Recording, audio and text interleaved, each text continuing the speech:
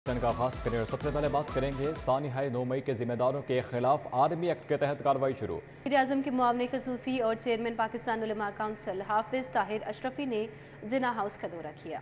कहते हैं कि दीन, पाकिस्तान और पाक फौज हमारी रेड लाइन है। इमलाक को नुकसान पहुँचाने वालों को करार वाकई सजा दी जाएगी।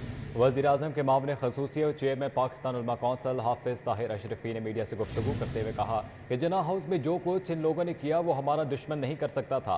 दुख की बात है कि यहाँ एक मस्जिद को भी शहीद कर दिया गया। हाफिज ताहिर अशरफी ने कहा कि तमाम अदियान का पैगाम अमन है। प्लानिंग के तहत लोगों ने जिन्ना हाउस को जलाया और शहदा की तस्वीर मुजस्मे तोड़े। हाफिज ताहिर अशरफी ने कहा कि समझ नहीं आती वाक़े की मजम्मत करते हुए अगर मगर पर क्यों चले जाते हैं। मुतालबा करते हैं कि यहाँ अदालतें लगाकर जिम्मेदारों को करार वाक़ई सजा दी जाए। चेयरमैन उलमा काउंसिल ने मजीद क्या कहा, मुलाहिजा कीजिए। कि वज़ीर-ए-आज़म शहबाज शरीफ की ज़ेर सदारत इजलास में वफाकी वज़रा लीग रहनुमाओं ने शिरकत की। वफाकी वज़ीर कानून आज़म नज़ीर तारर, वफाकी वज़ीर मुसद्दिक मलिक शरीक हुए। मुआवने खसूसी वज़ीर-ए-आज़म अताउल्लाह तारड़, ख्वाजा सलमान रफ़ीक समेत दीगर भी शरीक हुए। इजलास में मुआशी, सियासी और कानूनी मामलात का जायज़ा लिया गया। और मज़ीद आपको बताएं कि वज़ीर-ए-आज़म की लीगल टीम से सुप्रीम कोर्ट में जारी मुकदमात के बारे में मुशावरत भी की गई है। अहवाल जान लेते हैं राव दिलशाद हुसैन से। जी राव दिलशाद।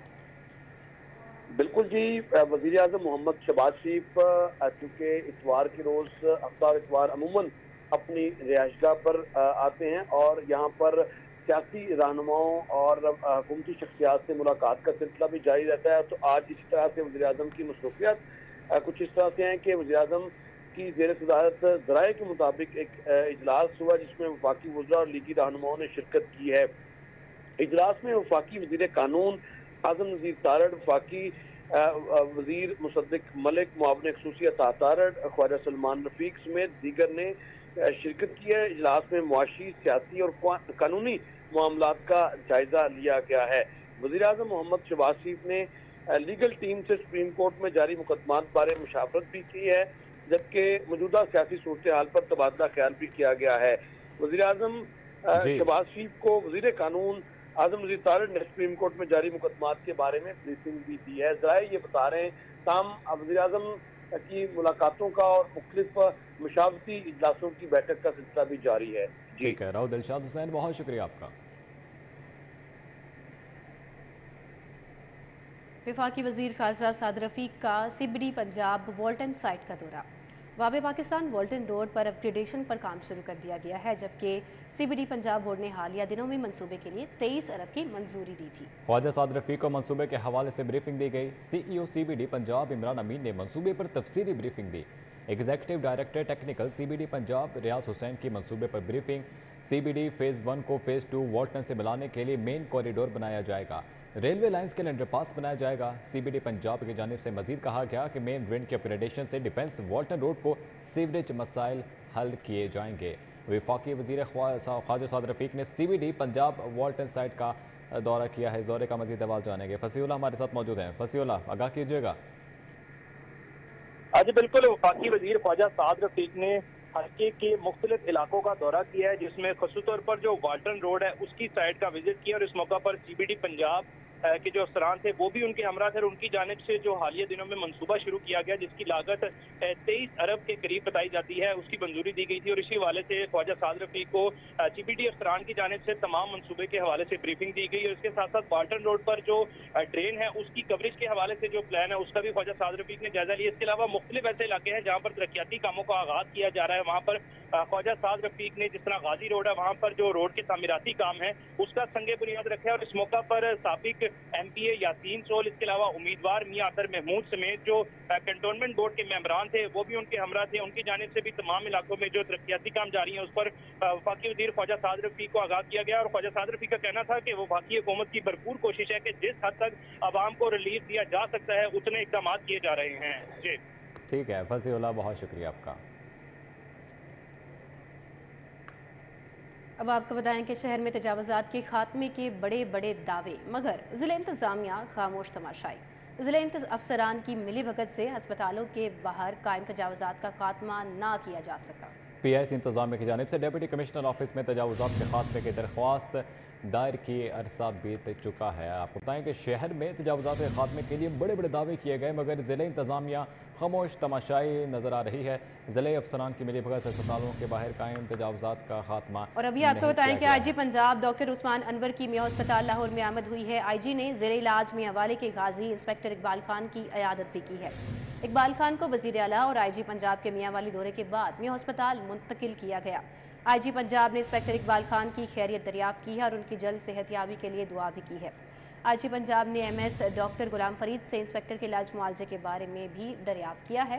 आरपीओ सरगोदा को इंस्पेक्टर इकबाल खान के लिए फौरी इमदादी रकम फराहम करने की हिदायत भी सामने आ गई हैं। तफसीलात जानेंगे। आबिद चौधरी हमारे साथ मौजूद हैं। आबिद चौधरी, आगाह कीजिएगा।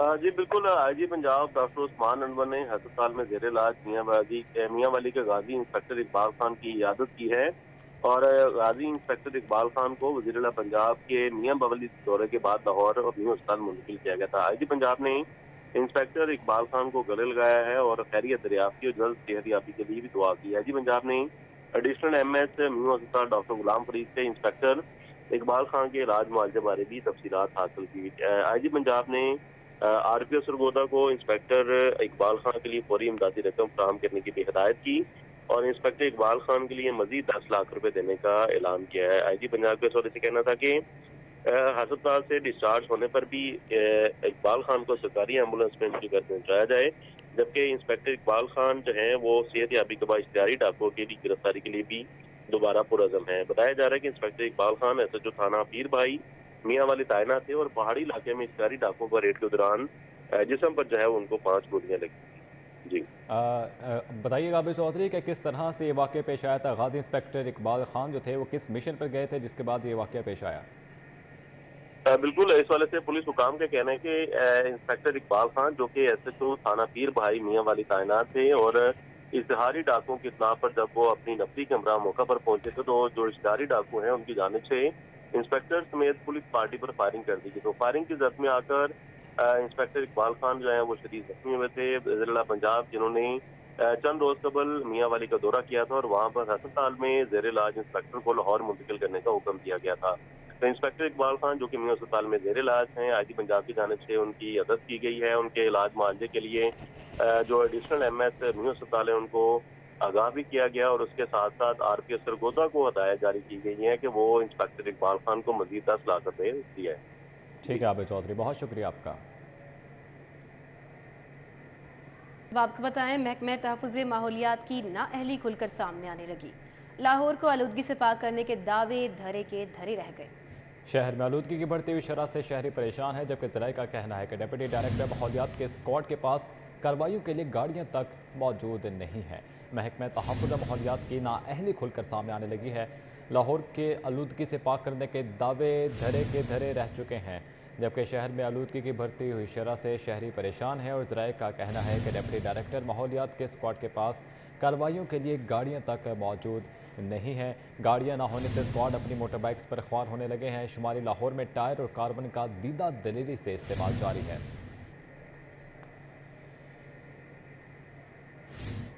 जबकि फेडरल बोर्ड ऑफ रेवेन्यू ने ग्रेड 18 पर 6 अफसरान को तरक्की दे दी, जबकि इनलैंड रेवेन्यू के ग्रेड 16 के 63 इंस्पेक्टर्स को टाइम स्केल प्रमोशन के तहत ग्रेड 17 में तरक्की देने का फैसला भी कर लिया गया है। फेडरल बोर्ड ऑफ रेवेन्यू ने ग्रेड 18 पर 6 अफसरान को तरक्की दे दी है। तफसीलात जान लेते हैं इस मामले पर कलीम अख्तर से। कलीम, अपडेट कीजिए।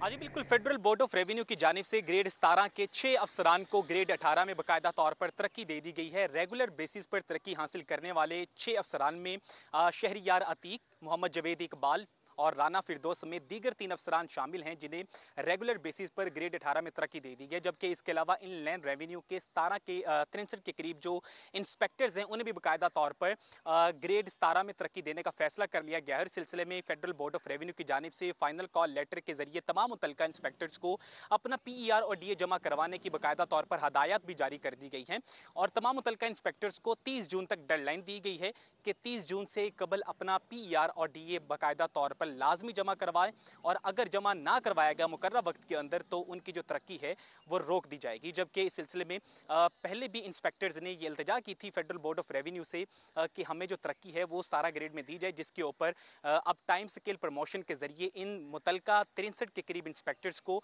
ग्रेड 17 में अपना PRDA जमा करवाने के बाद तरक्की दे दी जाएगी। कलीम अख्तर, बहुत शुक्रिया आपका। गुलबर्ग में अल खिदमत फाउंडेशन के ज़ेर एहतमाम मेगा शजरकारी मुहिम पर सेमिनार रखा गया। जनरल सेक्रेटरी मुकीस शाहिद कुरैशी, नबील मुनव्वर और इसके अलावा सनान अकबर भी शरीक हुए। मुख्तलिफ शोबाजात और यूनिवर्सिटियों से ताल्लुक़ रखने वाले वॉलंटियर्स ने शिरकत की। मई को 15,000 से ज़ायद 24 पौधे लगाने की मुहिम। अल खिदमत फाउंडेशन लाहौर PHA को 15,000 से ज़ायद प्लांट फराहम करेगा। गुलबर्ग में अल खिदमत फाउंडेशन के ज़ेर एहतमाम मेगा शजरकारी मुहिम पर सेमिनार का इनेकाद किया गया, जिसमें जनरल सेक्रेटरी मुकीस शाहिद कुरैशी, नबील मुनव्वर, मुआविज़ बिन ताहिर और सिनान अकबर शरीक हुए।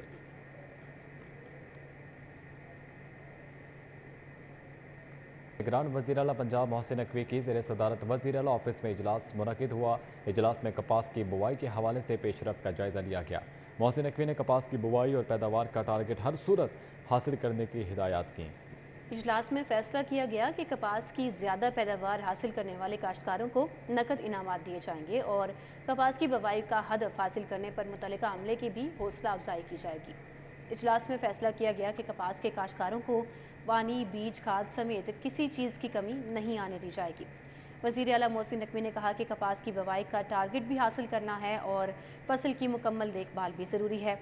निगरान वज़ीर आला मोहसिन नकवी ने सूबे भर में पानी चोरी के वाक़यात की रोकथाम का हुक्म दिया और कपास की फसल के लिए दरकार पानी की फराहमी की यकीन दहानी कराई।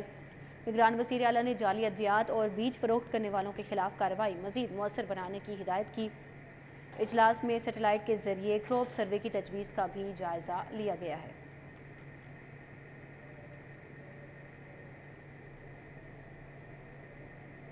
छुट्टी के रोज़ शहरियों की बड़ी तादाद ने नहर किनारे रुख कर दिया। शदीद गर्मी को ख़त्म करने के लिए बच्चे बड़े सभी नहर में नहाने पहुंच गए। बच्चे किस तरह से महसूस हो रहे हैं तोकीर अकरम से जान लेते हैं। तोकीर बताइए। गर्मी की शिद्दत बढ़ते साथ ही शहरियों की बड़ी तादाद ने जो है वो नहर का रुख कर लिया, क्योंकि उनका कहना है कि सर पे जब सूरज होता है तो नहर का ठंडा पानी एक वाहिद ऐसी चीज़ है जो नेमत की तरह हमें सुकून देती है। और इसीलिए बच्चे बड़े सभी जो हैं वो आज इतवार के रोज़ पहुंचे हैं, नहर का रुख किया और भरपूर अंदाज में जो है वो महसूस हो रहे हैं। और उनका कहना है कि नहर के अंदर नहा के बड़ा मज़ा आता है और साथ साथ जब हम तरबूज खाते हैं और जंपे मारते हैं नहर में, मुख्तलिफ किस्म के करतब दिखाते हैं तो यकीनन बहुत मज़ा आता है। और अभी ये सारे बच्चे जो हैं एक अच्छी जंपे मार के भी दिखाएंगे और दिखाएंगे कि आज इतवार के रोज़ कितना ज़्यादा हम इंजॉय कर रहे हैं। जी क्या हाल है, कैसे मज़ा आ रहा है? ठीक हम ठीक हैं, आप सुनाएं आप कैसे हैं? मैं भी ठीक हूँ। कोई जंप कोई करतब दिखाना है कि नहीं? दिखाएंगे जरूर। है गर्मी में कैसी लग रहा है नहर का पानी? बहुत अच्छा लग रहा है, ठंडा लग रहा है, नहाने में बहुत मजा आ रहा है। आपको भी नहाना है तो आ जाइए हमारे साथ। मुझे धक्का नहीं देना, आप जरा अच्छी से करतब मार के दिखाओ जी नदीम। ये देखे जी बच्चों ने कमाल किस्म के यहाँ पर जी नहर में बच्चे जो है, चलो आप भी जाओ चेक करें जी ये नहर का पानी है और इसमें जो है वो बच्चे किस तरह से मुख्तलिफ किस्म के करतब दिखा रहे हैं। और उनका कहना है कि नहर में नहाकर गर्मी की शिद्दत जो है वो भी ख़त्म होती है और साथ ही जो है वो भरपूर अंदाज में जो है वो मुख्तलिफ किस्म के करतब करके ये बताते हैं कि जी गर्मी जितनी मर्जी पड़ेगी, नहर है उसमें नहाएंगे और भरपूर तरीके से जो है वो इंजॉय करेंगे। तो अकरम, बहुत शुक्रिया आपका। इसी के साथ ही ये बुलेटिन अपने ख़त्म को पहुंचा। बाखबर रहिए, देखते रहिए सिटी 42।